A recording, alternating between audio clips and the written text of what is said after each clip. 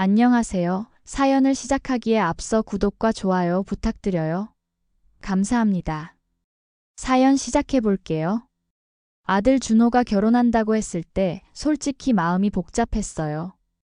29인데 아직 결혼은 이르다고 생각했거든요. 하지만 아들이 좋아하는 여자가 있다니 부모로서는 응원해줘야죠. 준호가 환하게 웃으며 소영이를 소개하겠다고 말했을 때 저도 덩달아 기뻤어요. 우리 아들이 이렇게 행복해하는 모습을 보니 말이에요. 물론 걱정도 됐어요. 준호는 고등학교만 졸업했거든요. 대학 진학을 권했지만 본인이 완강히 거부했었죠. 대신 바로 사회에 나가서 이것저것 배우며 지금은 작은 IT 회사를 운영하고 있어요. 제 도움 없이 스스로 일궈낸 거라 자랑스럽긴 하지만 학벌을 중시하는 사회에서 어떨지 모르겠더라고요. 상견례 날짜를 잡았어요. 강남 어느 고급 한정식집이었는데 준호가 신중하게 골랐다고 하더군요. 저는 평소 입던 정장을 깔끔하게 차려입고 10년 된 그랜저로 향했어요. 이 차 정말 애착이 많아요. 관리를 꼼꼼히 해서 아직도 새 차 못지않게 타고 다니거든요. 주차장에 도착해서 차에서 내리는데 벤츠에서 내리는 중년 부부를 봤어요. 그런데 그 아저씨가 제 차를 흘끗 보더니 고개를 살짝 저으시는 거예요. 뭔가 불쾌한 기분이 들었지만 특별한 날이니까 좋게 생각하려 했어요. 식당 안으로 들어가니 예비 사도는 주차장에서 만난 그분들이었어요. 인사를 하자 대뜸 명함을 건네더라고요. 대화가 진행되면서 분위기가 이상해지기 시작했어요. 소영이 아버님이 자연스럽게 재산 이야기를 꺼내시더라고요. 요즘 집값이 많이 올랐다면서 본인은 강남에 아파트가 있고 작년에 또 하나 더 샀다고 투자용으로 구입했다고 하시면서 회사도 잘 되고 있다고 자랑하셨어요. 그러면서 혹시 저희 집은 어떠냐고 물으시더군요. 직설적이긴 했지만 자식 결혼을 앞두고 경제적 능력을 궁금해하시는 것도 이해가 됐어요. 저는 솔직하게 저희는 월세로 살고 있다고 답했어요. 순간 예비사돈 부부의 표정이 확 바뀌었어요. 마치 뭔가 기대했던 걸 완전히 벗어난 답을 들은 것처럼요.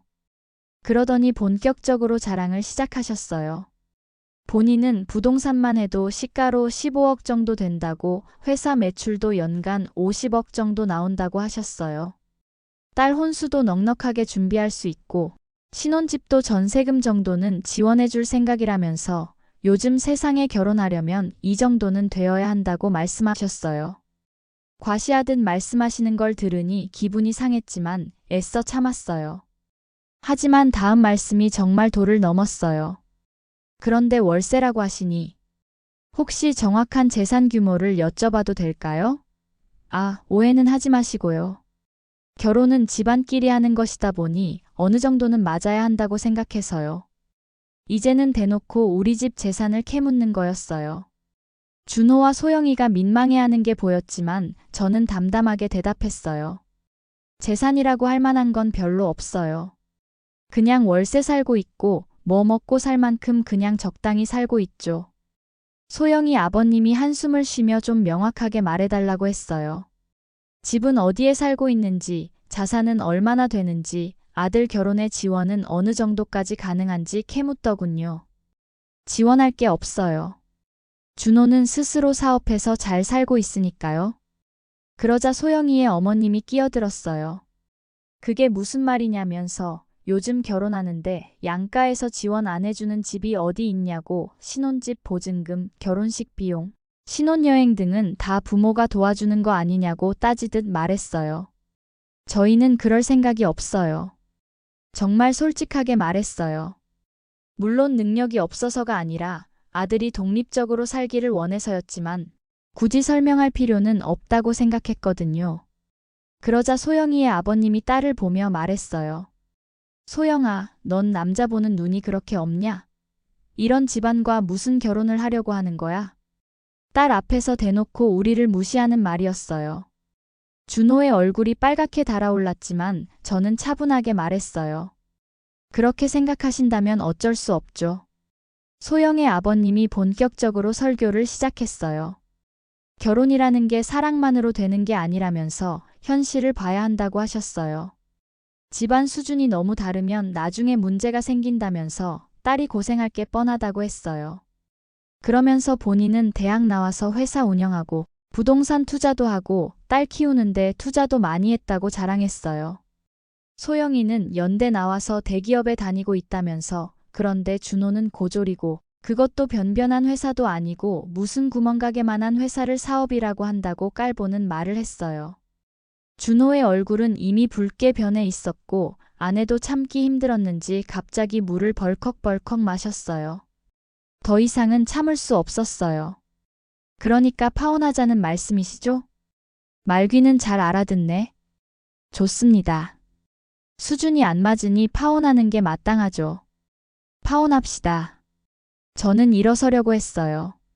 하지만 한 가지 더 해야 할 말이 있었어요. 그런데 소영이 아버님 아까 주신 명함을 봤는데 이 회사 대표님 맞으시죠? 네. 그런데 왜요? 아, 그냥 궁금해서요. 제가 세무서에서 일하다 보니까 이런저런 회사들을 많이 보게 되거든요. 김 사장님의 얼굴이 순간 굳었어요. 특별한 의미는 없고요. 그냥 제가 요즘 좀 자주 들어본 회사라서요. 사실 저는 3개월 전에 사연건설에 대한 세무조사 요청이 올라온 걸 봤거든요. 매출 누락과 가공세금 계산서 의혹이 있다는 내용이었어요. 아직 정식 조사가 시작되지는 않았지만 예비조사 단계에서 상당히 의심스러운 부분들이 발견됐죠. 요즘 사업은 잘 되냐고 물어보니까 목소리가 조금 떨리는 게 느껴졌어요.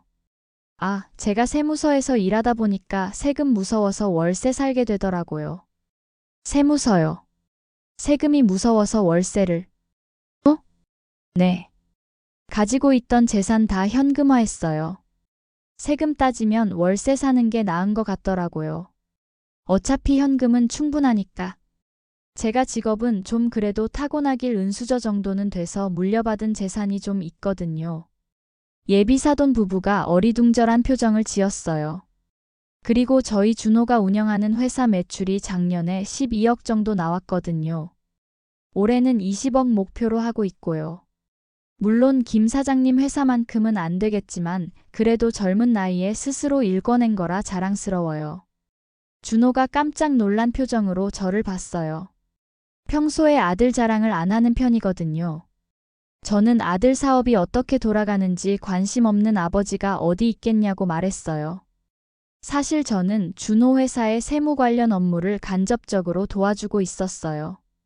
물론 직접적인 개입은 안 되지만 조언 정도는 해줄 수 있으니까요. 소영이 아버님이 다급하게 처음부터 그렇게 말하지 그랬냐고 했지만 저는 그쪽이 먼저 월세 산다고 하니까 수준이 안 맞는다고 했잖냐면서 맞는 말이라고 했어요. 파혼하는 게 맞다고 저도 생각해보니까 우리 아들이 너무 아깝다고 했어요.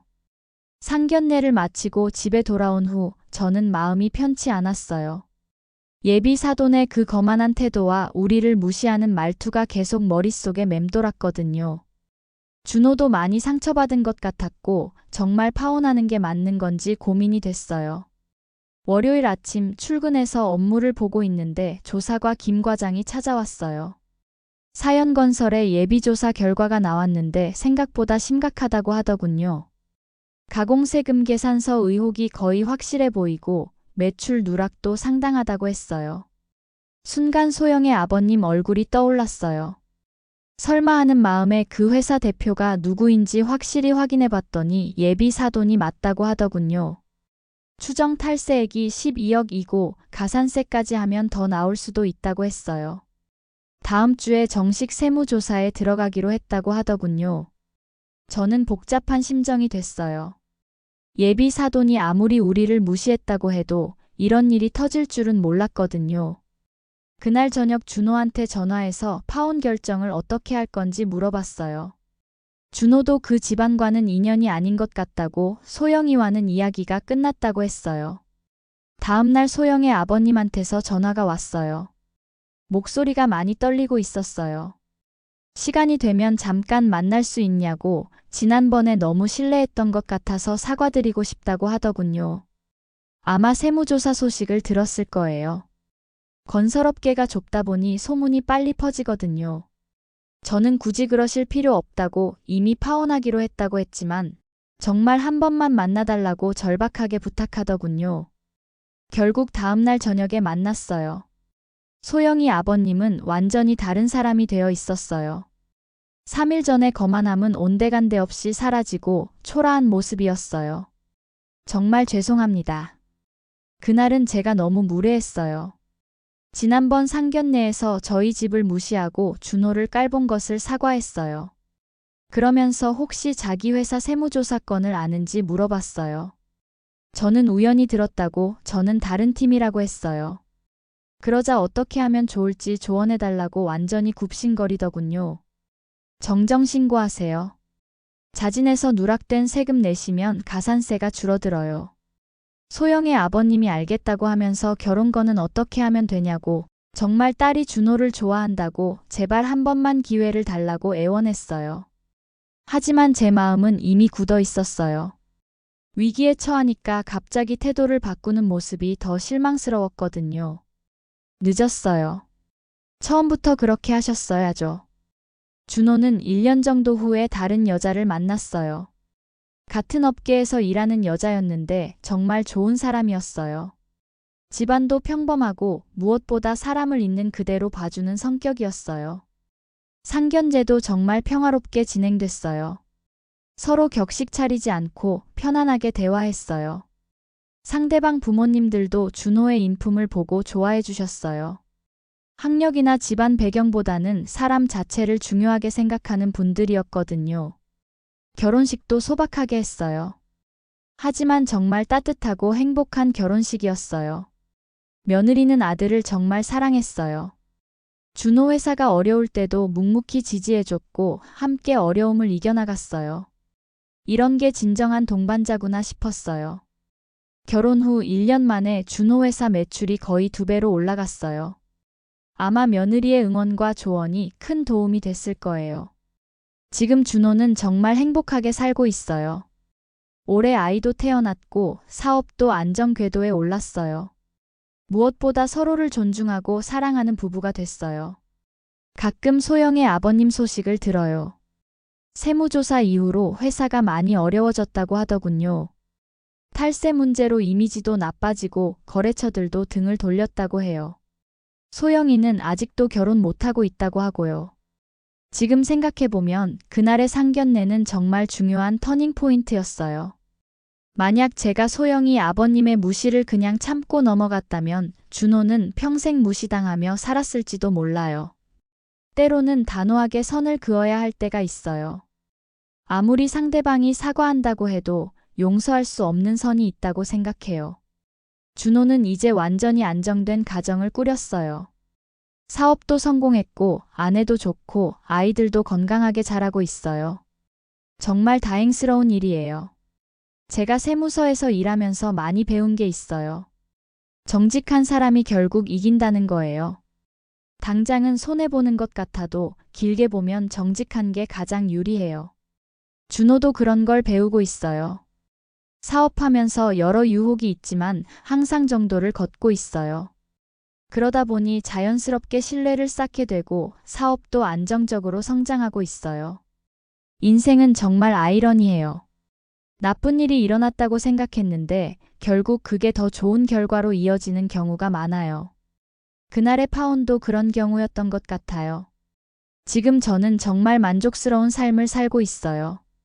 아들은 행복한 가정을 꾸렸고 손자는 건강하게 자라고 있고 며느리는 친딸 같아요. 이보다 더 바랄 게 뭐가 있겠어요. 가끔 후배들한테 조언해줘요. 돈 때문에 사람을 무시하지 말라고 겸손하게 살라고 해요. 그리고 정직하게 살라고도 해요. 당장은 손해보는 것 같아도 결국 그게 가장 현명한 선택이라고요. 준호도 이제 아버지가 됐으니까 아이들한테 올바른 가치관을 심어줄 거예요. 돈보다 사람이 중요하다는 것, 겸손하게 살아야 한다는 것, 정직해야 한다는 것을 가르쳐 줄 거예요. 그렇게 우리 가족은 계속 행복하게 살아갈 거예요. 제 긴 이야기를 끝까지 들어주셔서 감사합니다. 구독과 좋아요, 알림 설정까지 잊지 마세요.